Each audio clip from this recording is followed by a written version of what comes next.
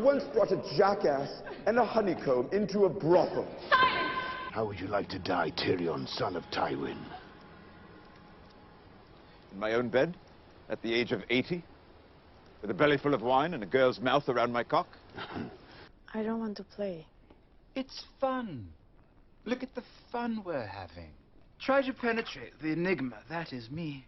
Okay, so for this video, I'm going to be doing a Jungian/Petersonian analysis of Tyrion Lannister, who just so happens to be my favorite character on Game of Thrones, as he is for many. So I'm going to be talking about the trickster figure, which is the story that he embodies. The anima, perhaps a mother complex that provides a finely differentiated eros for the man. And also the death of his father, which is a primary psychological transformation. So click the link in my bio, go to the YouTube video. Okay, so Tyrion. First of all, I think we should talk about how much of a genius this George R.R. Martin guy is. Okay, so one of the things that Jung did was he wrote a book called The Red Book. And I would say it's, it's a book that's been most helpful to me. But basically what he did, he called this an active imagination. And this is what a great writer does, is they will go within themselves almost in a state of complete hypnosis, or whatever you want to call it, complete relaxation. And they'll have conversations with the characters that the unconscious mind conjures up. So George R.R. Martin, no doubt, was doing this because his conversations with these characters are sort of in keeping with mythology and the way that these figures are patterned and constructed in mythology. So, yeah, the other thing I should probably mention is that, when the notion of the unconscious was developed, that there was part of a human being's psyche that they didn't necessarily have conscious awareness of, and that this portion of the psyche wasn't available, and you were sort of at the effect of this part of yourself. So, in other words, like if you find yourself living a story, or if you find yourself like particularly resonating with a story like Tyrion's, there's things you can learn from the patterns that are in there that will be helpful for you. Because, Jung said that, you should find whatever story you're living, and then if it's a tragedy, you can figure out how to make that conscious and then start living a new story. And this is exactly what the story of Tyrion Lannister is about. He goes through, at least two major psychological transformations that allow him to start living a story that has more depth to it, more of him, more of who he is, instead of something that he's a life where he's resisting certain things about himself. And but one of the patterns that he's caught up in the story is the trickster figure. So he's or the trickster archetype. So as human beings, we have all sorts of, let's call them archetypes. And these archetypes are essentially mapped by by transference from our ancestors, sort of like, you have traits from, your parents, and then your parents have traits from their parents. So this goes on in an endless regression until you get to ground zero. And then, those patterns start to form, and then all of a sudden you have pretty similar collective, mythology, which is why you find that's embedded at the basis of our cognitive structures, which is why you find similar motifs between religions. And one of those motifs is the trickster figure, which I would say Tyrion embodies pretty freaking well, and particularly that actor. I can't think of his name, but he's definitely my favorite character and the one that I resonate the most with. But what the trickster is, he's sort of a genius, and he has this ability to upset the established order, right? Which is why Joker has the same, I believe he even uses those words, like upsets the established order, right? He wants to update things, and sometimes it's for chaos and sometimes it's for the betterment. So what you want is the latter. You don't necessarily want to screw things up in the wrong direction. But Tyrion has this ability, when he's in the grips of Lysa Arryn, and he's being tried, and he's about to, anybody else in that position would have died. But because he's living in a story, is sort of this way of Peter Panning his way out of the outcome that would have happened to just about anybody else. So he crafts his language in such a way and comes up with a plan to save himself. And he does this over and over again. I mean, Cersei constantly is wanting to kill the guy, but she can't. She can never kill him. Even when he was convicted of the crime of killing Joffrey, he escaped. So, and right after the veil, I mean, this kind of shit just happens over and over for the guy, where he starts on his way back to the King's Landing, and he has to use the same tactics to get out of a life-threatening situation with the hill tribes, right? And he does that. He does it, first of all, he raises the vibe to a level which is humorous. That's the first thing he does.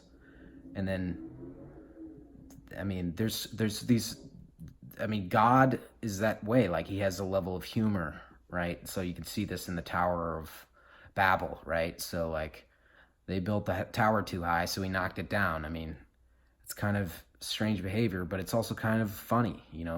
These things happen, and there's this humorous element. So he takes the energy up to one that's humorous, and you could say that humor is a high vibrating energy, which is why people really like it. And then what he does is he finds a way to manipulate out of the outcome he doesn't want or into the outcome he does want. And the guy's just absolutely brilliant at doing this. And despite the fact that his father hates him, he recognizes this to some extent, which is part of one of the redeeming qualities of Tywin Lannister. Because he's a bit political himself, right? And so he knows somebody who's skilled at politics when he sees one. He knows somebody that's a bit Machiavellian when he sees one. And you might say that Tyrion is quite a bit better in that realm, but he ends up getting dominated by Tywin when he returns and loses his status as the king's hand. So, and then things develop from there. So that would be a summary of the trickster figure as embodied by Tyrion Lannister. Okay, so does Tyrion Lannister have a mother complex? The answer is 100% without a doubt, yes. He conforms to the pattern 100%.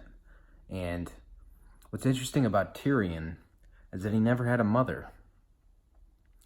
He may have had females taking care of him as an infant and into adulthood, but his mother died giving birth to him.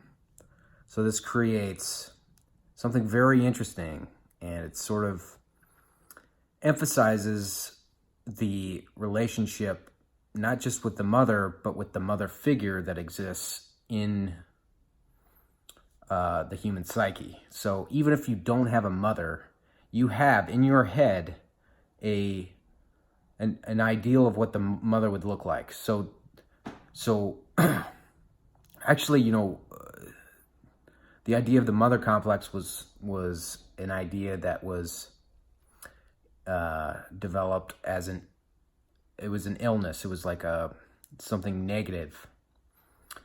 And it certainly has that component, because a lot of people with mother complexes, they die early deaths, they abuse drugs, they drink. And, you know, you can see Tyrion doing some of those things. But, so, you know, Jung thought of the mother complex in a more complicated fashion. So it was once said by Peterson that, you know, Freud sort of delved into the basement of the unconscious, and Jung went into the abyss. And so the abyss for Jung was the archetypes. The archetype of the mother, the archetype of the father, the archetype of the trickster, the archetype of evil, the archetype of good, you know, all of these patterns that exist in your head, in your existence. And so what Tyrion has is probably, he probably from a very young age, he was shamed and hated for having been the cause of Cersei's and, you know, Jaime's mom's death. And not only that, but Tywin's wife. So Tywin is constantly at the guy's throat because he's this way. And so what begins to happen, you can imagine this from an early age, and it's very consistent. He probably starts to embody some of those, out of necessity, some of those traits that are, you know, divinely feminine. So he has this, you know, these masculine interests in you know, politics, and he's well-read, but he's infusing sort of a spiritual feminine into them, and it gives him great insight into a genius level insight.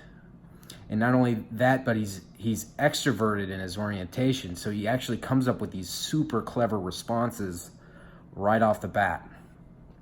And you also see, you know, one of the things that Jung said, you know, as it would be a result of a mother complex, is Don Juanism. So Don Juanism is, you know, well, the cause of Don Juanism is you're unconsciously seeking. So your idea of your mother is sort of bound up unconsciously. So you're seeking your mother in every female you meet. So and as such, like, every female you meet fails to live up to the standard, because whatever mother that Tyrion has only exists in his head because he never had one. So not to say that you couldn't have one even if you did have a mother, right? Because your idea of this often happens, I would say, for people who have a mother that's really, really, really good and kind and nice, but not necessarily embodying the negative traits of the feminine. So Jung thought of the mother archetype as a sort of a dual interplay between the negative mother, which you can see in, you know, fairy tales quite frequently, you know, like the mother who turns into the wolf for Red Riding Hood, or the mother whose house is all candy on the outside. I don't remember what that's called, but they go in and they don't encounter what the persona may have led those kids to believe. What they encounter is the devouring mother. And these are two elements of the mother that, once they're both, you know, integrated, you have the Great Mother. So you have the sort of what would be the Mother of Dragons. So the Mother of Dragons is sort of both of these things at once. So she has the dragons. So she has the capability of utter destruction, but she also is kind and uses her power selectively. But she's not denying the part of herself that wants to destroy and using it when it's necessary. So, which is why, interestingly enough, what happens when Tyrion goes through the psychological transformation, which is the death of his father, which his father, you know, may have been one of the things that dictated the whole course of his life. So it may have driven him to pursue interests that were only his own, not his father's. Whereas like Jaime would have pursued interests that were in line with his father, Tyrion pursued interests that were sort of rebelling against his father, because there's no doubt an unconscious resentment there between the two of them. So with the death of his father, and this is a really interesting idea, because the death of your, you know, parents sort of serve as functional gods for us at a young age, because they have basically godlike control over the outcome of our lives, you know. And so when Tyrion's sort of mental connection to his father, and this, you know, Freud thought that you can't live an individual life unless your parents die. And I really struggle with that idea, because I love my parents. My parents are awesome and they're really nice. But you know, this is why I like Jung, because Jung thought that in order for you to live an individual life, the sort of psychological death could take place as a substitute. And it's not necessarily the case that, you know, the death can happen and the psychological death doesn't occur. So really what's necessary is the death to take place, and for you to pursue your own path that's wholly you and not sort of hampered by the bound up connections you have to your family ties. So that's something I'm more interested in researching and figuring more out about. But interestingly enough, when that psychological transformation takes place, what happens? Well, he gets in touch with the... Well, and the other thing he does, the other one is he kills Shay, right? It's sort of like the idea in Sleeping Beauty, right? Because in Sleeping Beauty, what happens is that the prince slays the dragon, the negative feminine, to awaken the princess. And that seems to be what has to take place. And so this happens here in sort of a more literal way, where, you know, the negative feminine reared its ugly head when Shay basically condemned Tyrion and just took a big old shat on him and condemned him to death by lying because she hated him. And then he comes to find out that she's sleeping with his father after Jaime lets him out of prison. And so he slays the dragon, which is Shay, and then you know, he kills his, and like in the story, like he kills his father, right? But that's just representative of the psychological transformation. So what happens though is he gets reunited with the Great Mother, right? And then, you know, that's sort of representative of, you know, before the anima, sort of the figure of the anima and the unconscious was sort of controlling his behavior. He was at the effect of it. He wasn't dialoguing with it and sort of coming to compromises with it. He was just, you know, he couldn't have selected any other path for his life other than Don Juanism. That's just what he was going to do. He just didn't realize it, right? He couldn't have conceptualized, you know, he couldn't have had this idea, well, maybe a monogamous relationship would be better. He wouldn't have thought that because he's at the effect of, you know, this mother complex. And so what happens after the psychological transformations, he gets reunited with the anima, and so he sort of starts getting access to the actual power that's behind, and sort of dialoguing and like, well, here's what, you know, he's sort of representative of the intellect in that scenario, if you think about it in terms of the psyche. So the intellect is now working with the divine feminine, and the most powerful divine feminine, the most complete. It's not just one or the other. It's not just like the positive mother. It's not just the negative mother. It's both, and it's very, very interesting. So, but yeah.